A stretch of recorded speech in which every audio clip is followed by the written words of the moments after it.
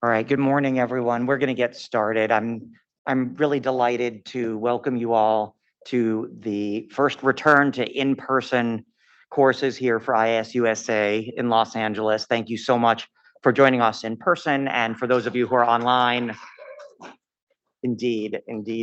Thank you for joining us. For those of you who are online virtually, we have a really exciting program today. The luminaries in the topics that we're going to be discussing will be here with us to answer your questions. And on behalf of my co-chair, Dr. Constance Benson from University of California, San Diego, I just want to say welcome, and we're so delighted that you're here. I also want to give extra special thanks to Donna Jacobson and the IAS-USA team for, as always, putting together a organizationally seamless and content highly relevant course here for us today.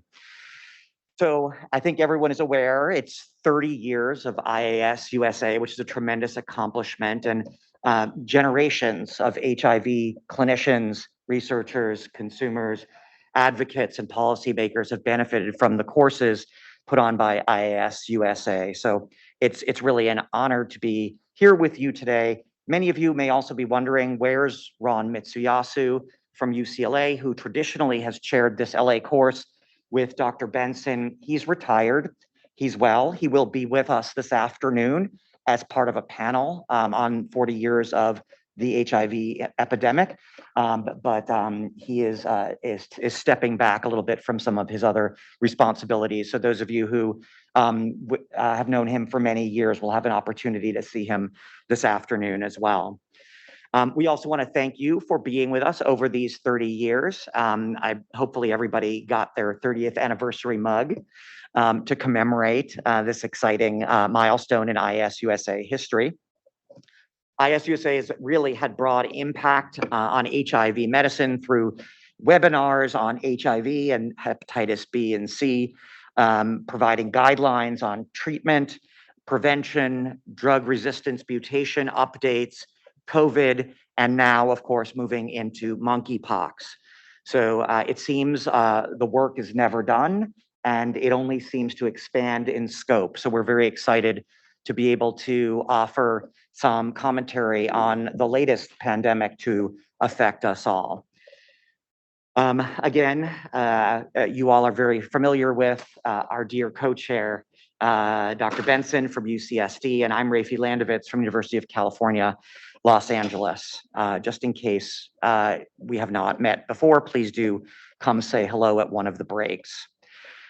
We really want to welcome the 28 of you who are here in person. We have somewhere around 85 people attending virtually from all over the US, and also Argentina, Brazil, Canada, Chile, Mexico, and Puerto Rico. So one of the advantages that's come out of this new multi-modal platform is the scope of these educational endeavors does become more broad when people can join us virtually. You all have completed the pre-activity practice assessments, and this is good news. Please don't be disappointed in these results. A third of you passed. That's great. We are sure that after the completion of our didactic and case-based course material today, 100% of you will have passed, and that'll be very exciting because that will mean that the coursework has been useful. So please don't be disheartened by that.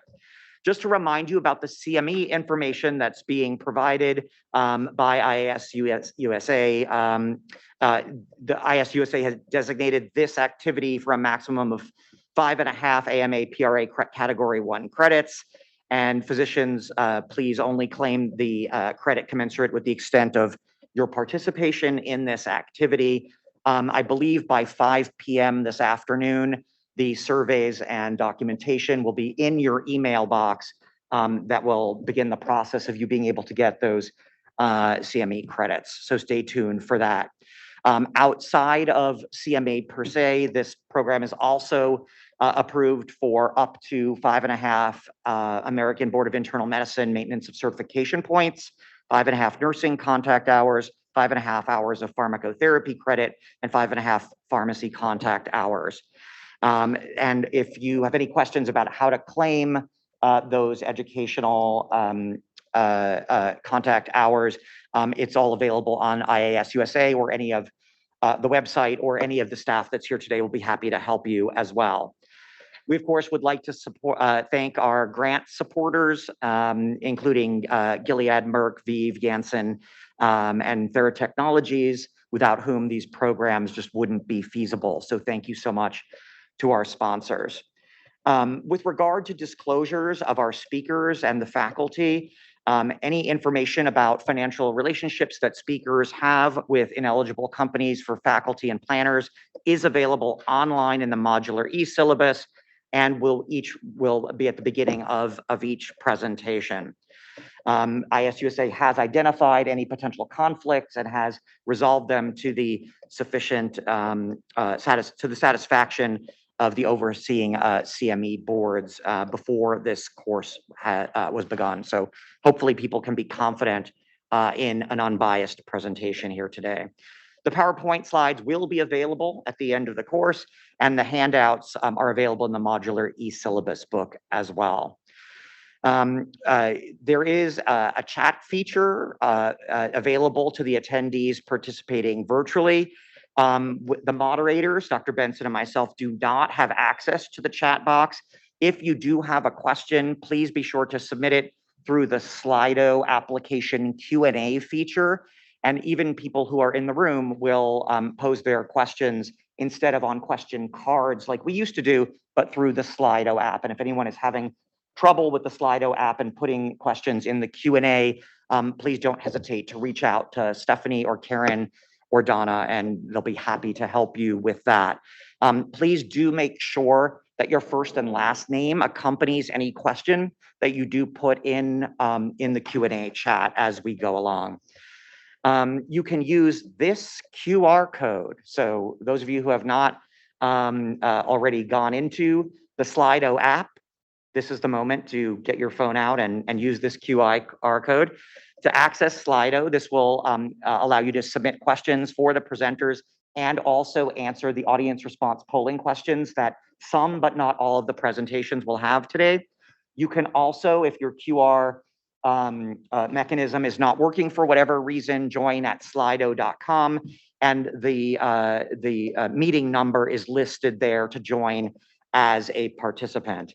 You'll see at the top of that webpage, if you do go online, that there's a space for polling when we get to the audience response questions, and also a place for Q&A. And again, please remember the chat does not come through to the moderators. So if you have something you want the moderators to ask a presenter about, please do use the Q&A feature.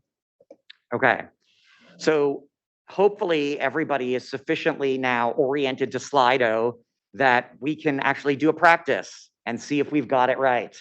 Okay, how are you participating in this hybrid course? Oh, sorry. Let's try that one. Hopefully, if you're in Slido, options are coming up for you to respond.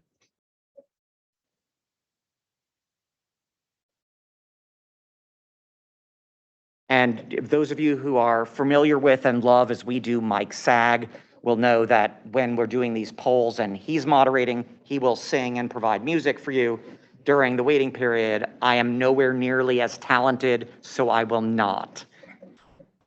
Stephanie, do we have the results of the trial?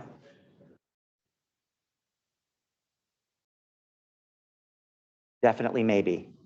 Yeah. Oh, nope. No. They're not. Okay.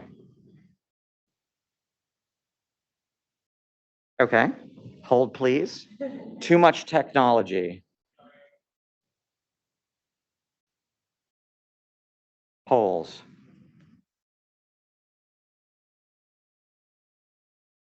Okay, excellent. We have 70% of people participating virtually and 30% of people participating in person. Excellent. It appears to be working. If anyone is having trouble, please let Karen or Stephanie know. One more just for fun. What is your clinical or academic training or background? Please select one answer that best describes your current primary position.